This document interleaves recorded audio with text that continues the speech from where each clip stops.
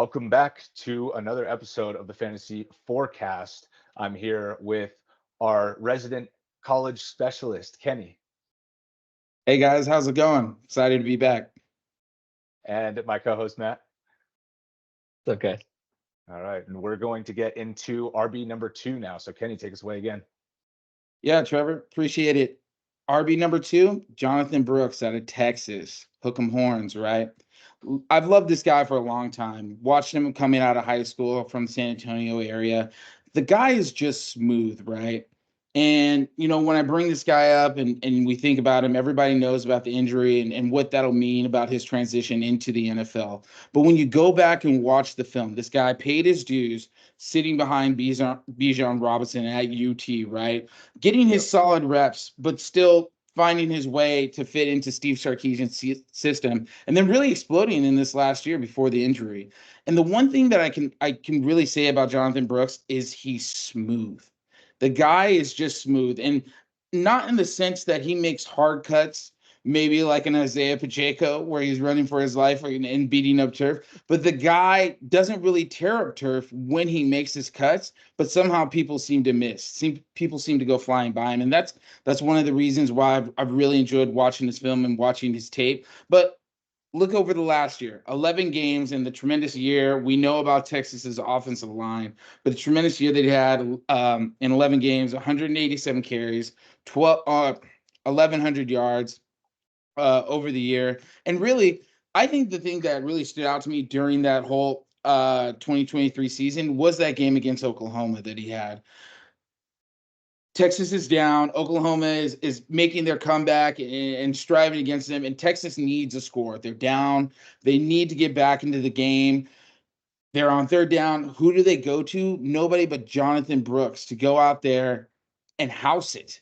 He housed it against those guys. And I love bringing up single plays because I am a college football enthusiast, but there's something about a guy who's willing to strat out his time in a system like Steve Sarkisian's and the talent that is Texas's running back field and be able to produce at the level that he did. Now, the one thing that I also can kind of separate Jonathon Brooks from Blake Corum that we talked about is not only the size, but the catch radius and catchability. When you watch this guy on film, his ability to catch rub routes and or swing routes is very smooth. There's no force against the ball. There's no looking upfield before you get your hands on it.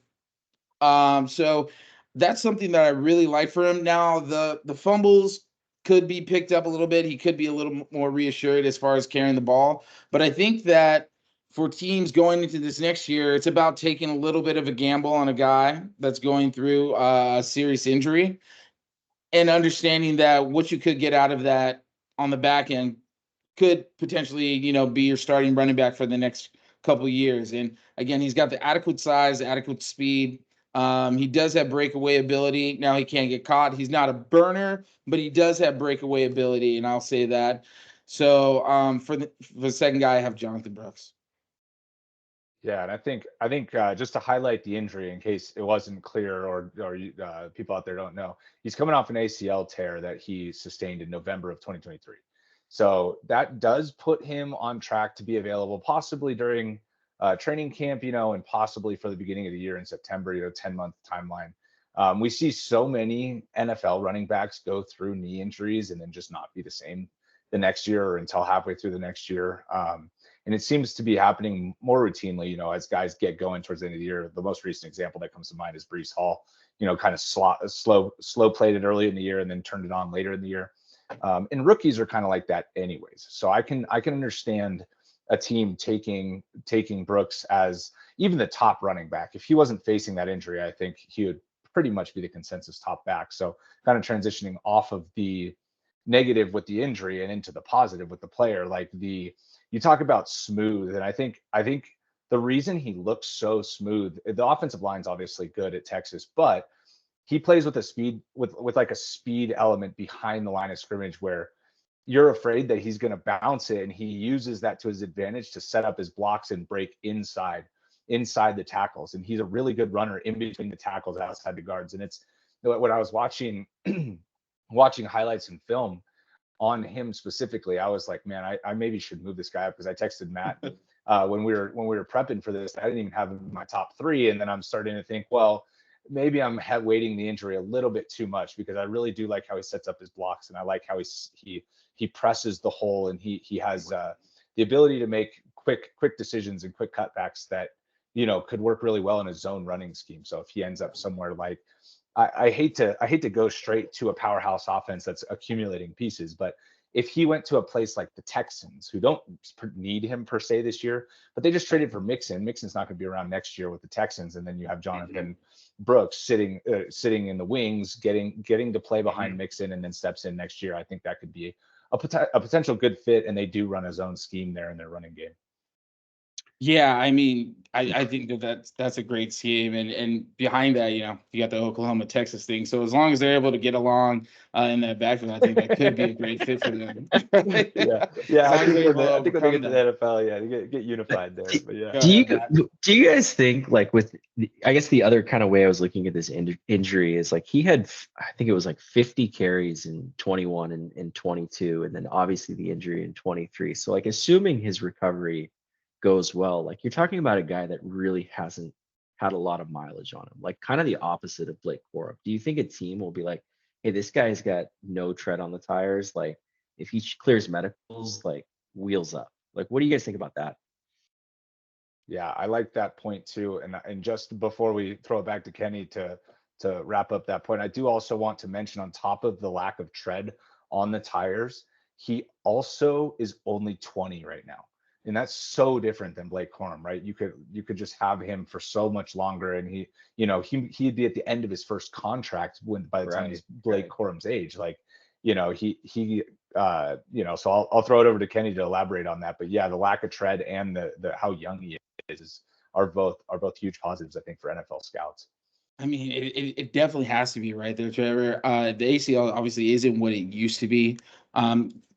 Granted, he takes the necessary steps to get himself right and to get back in shape. But being at a program like Texas, where he had the injury and sustained it, and then being kind of in that area of Austin, where you see a lot of NFL players training, a lot of rehab and pre-workout and draft workout facilities at. So I think he's going to be in tremendous care.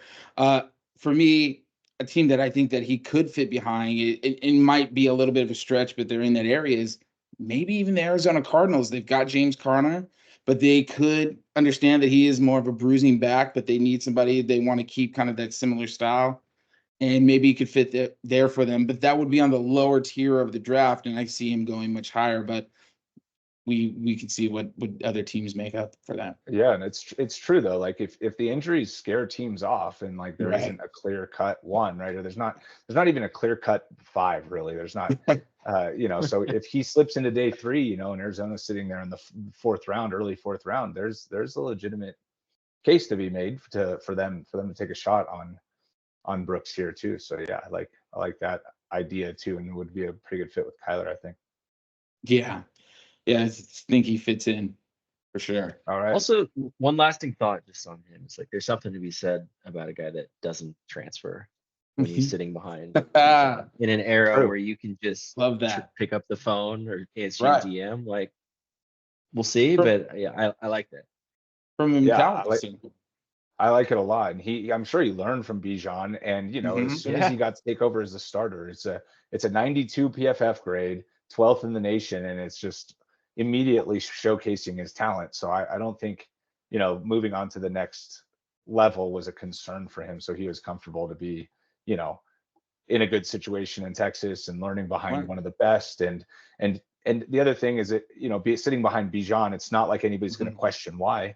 Like, he doesn't have to face those questions at all. Everybody understands what the deal is. So when he goes out and performs well, he saves that tread on his tires, and he's still young. So I'm sure he knew that going into that situation too, and used it to his advantage. So it's unfortunate he got hurt, but he could be, if he comes back like we're talking about, he could be a very, very good player for whoever ends up taking a shot on him. So, all right, any final thoughts, or is that it for Jonathon Brooks?